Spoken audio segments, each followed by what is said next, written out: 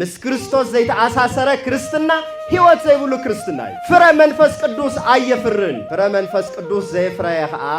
ናይ ስጋ ፍረ ከም ዘፍሪ ቅዱስ ጳውሎስ ነጊሩ ንምንታይ ኢና ዘይነፍሪ ሓደ ግዜስ ተቆሪጽና እናሃለናስ ክንልምልም ንደሊ ክንዕንብብ ንደሊ ክነፍሪ እውን ንደሊ ምልምላም ምዕንባብ ምፍራይ ዝከኣል እኮ ምስ ጉንደ ወይኒ ምስ ክርስቶስ ብምንባር እዩ ካብ ክርስቶስ ርሒቅካ ፍረ የለን ከመይ ጌርካ ይኸውን እቲ ኣብ ገዛና ዘብርህ አምፖል ምስተዋና ኃይል መራኸቢ ዘራኸቦ ገመድ እንተተበጥሱ ብርሃን ይብዶ ምስ ባህሪያዊ ብርሃን ምስና ህይወትና ብርሃን ምስ ኢየሱስ ክርስቶስ ዘለና ኩነታት እንደሕር ምዑሪ ዘይኮይኑ ከመይ ጌርና ኢና ብርሃን ክንከውን ከመይ ዝበለ ሰላም ክስምዕና ይኽእል ምስ ሰላምና እኮ ተቋራሪጽና ምናልባት ፈለኽለኽ ስለ ዝበልና ዘለና ከይመስለኩም ናይ ጠበቕ ጨራሲ ክትቁረጽ ከላስ ምስ ተቆረጸት ሽዑ ንሽዑ ዶ ጸጥ ትብል ይመስለኩም እስኪ ንገሩኒ ከምኡ ድያ ነገሩ ጠበቕ ቀቲልኩም ዘይትፈልጡ ትፈልጡ ብስእሊ ጥራሕ ትፈልጡ ማለት ግን ክትቁረጽ ከላስ ወላ እንዶ ናይ እንጨዋ ንበለ ገዛኹም እንጨዋ ኣላ ዋይ በዓልትና ዳሃር ትጨራ እንድሕር ተቆሪጹስ ታይ ትገብር ይመስለኩም ወዲያ ጸጥ ትብል ፈለኽለኽ ትብል ያ ንግዚ ፈለኽለኽ ከምዚ ዳኸደት ሃይላንድ እንዳተዳኸመ ኸይዱ መጨረሻ ግን ታይ ትኸውን ጸጥ ካብ ቤተ እግዚአብሔር ምስራሕቕና ካብ ሃይማኖትን ምስጢራዊ ሱታፌን ምስራሕቕና ካብ ንስሐ ካብ ቅዱስ ቁርባን ምስራሕቕና ካብ ቅዳሴው ቃሉ ካብ ምስማዕ ካብ ቅዱሳን ገዳማት ካብ ኣቦታት በረከት ካብቲ ዕጣን ካብ ኪዳን ተቆረጽና እቲ ንግዚኡ ዘሎ ምንቅስቃስ ከይዱ ሞት እዩ ክቕጸል ክትሓሓዝ ዘሎ ሕዚ ኣበይ ኢና ንነብር ንፈትሽ ምስ መን ኢና ተጣቢቕና ዘለና ንፈትሽ ናይዚ ጉባኤ ዕላማ እዚ እዩ ኣብ ብርሃን ዶ ኣብ ጸልማት ኣብ መርገም ዶ ኣብ በረከት ምስ ሃይዶ ምስ ሰይጣን ምስ መን እዩ እዋ ኣለና እኮ ምንባርዳ ኣለና እኮ ኢና ንስጋ ዶ ብነፍሲ ንበረከት ዶ ንመርገም ንጽድቅ ዶ ንሓጢያት ንሓቂ ዶ ንሓሰት ንሲኦል ብዝኸውን ዶ ንገነት ብዝኸውን ኣነባብራ ብዝጠቅም ዶ ብዝጎድእ ብዝሃንጽ ዶ ብዘፍርስ ብዝጥዕም ዶ ብዝመርር ኣበየናይ ምህላውና ግን ምምርማር የድን እምበርዎ ኣለና ምንባር ተተባሂሉ ምስቲ ጉንዲ ተታሒዝና ዶ ዓለምና እግዚአብሔር ድዩ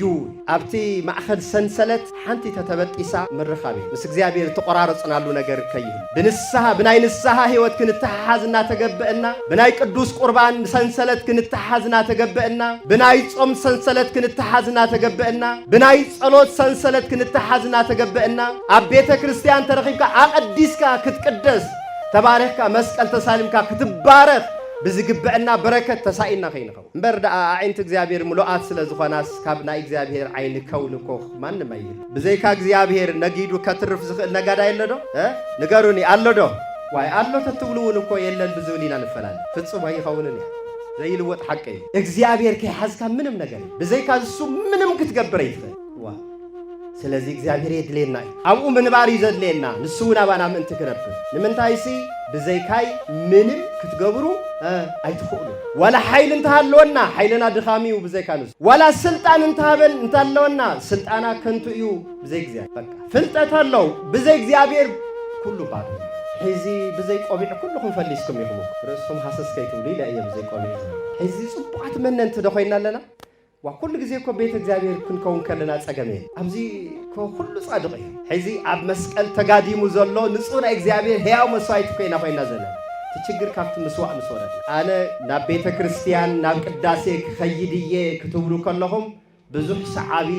ዘይክትረኽቡ ትኽእሉ ናብ ዝኾነ ናይ ሓጢያት ናብ ዝኾነ ዓለማዊ ተግባር ክኸይድየ ክትብሉ ከለኹም ግን محزا خم زي تسقونه خاصة متعايتي حاتيات أيسانون زسانو متعايتي صدقه كابزيا ورودو كابستبهلنا يا ناي حاتيات إمبا وريدنا داقم نموس أيو تعبيصا حدوغو استبهلنا نجر مليسنا مقبارنا أيو تعبي ودكت وي كحد قول لني إلنا محداق زفتنا أيو نجر مليسنا كنت نافت اتفقنا مملاسنا أيو اتبزوح جزيز قدنا بزوح نجر إنها اللوى كم زي اللي زخاننا نمنتا أيو بعلوانا اجزيابير حيزنا أيو سلا زينوف እግዚአብሔር ምሳና እንተ ዘይሃልዩ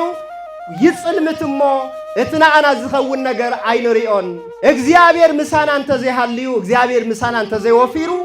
እንሃለው የለን ሁሉ ዋስራህ ክንስእን ከለናማ ዝሰአናዮ መጀመሪያ እግዚአብሔር ምዃኑ መፍላት ከድለና ናአይ ትኸውን ሲኢነ ዝብል መንእሰይ ናአይ ዝኸውን ሰብአይ ሲኢነ እትበል ጓለንስተይት እንተሃለያ መጀመሪያ እግዚአብሔር ክትረኹ ፈትኑ ምስ እግዚአብሔር ተኾንኩም ብዙሕ ሰበል تبعل وانا እግዚአብሔር ስለ ዘይረኸብና ይኢና ንስእን ዘለ ትናይ ሃፍቲ በዓል ዋና ትናይ ስራሕ በዓል ዋና ትናይ ሰብ በዓል ዋና ትናይ ቅድስና በዓል ዋና እግዚአብሔር ምሳና እንድሕር ኮይኑ ንረኽቦ ኢና ጊዜኡ ምችው እናሃለወ ዘይክምችወና ይኽእል ኩነታቱ ጽቡቕ ምዕሩይ እናሃለወ ክድብረና ይኽእል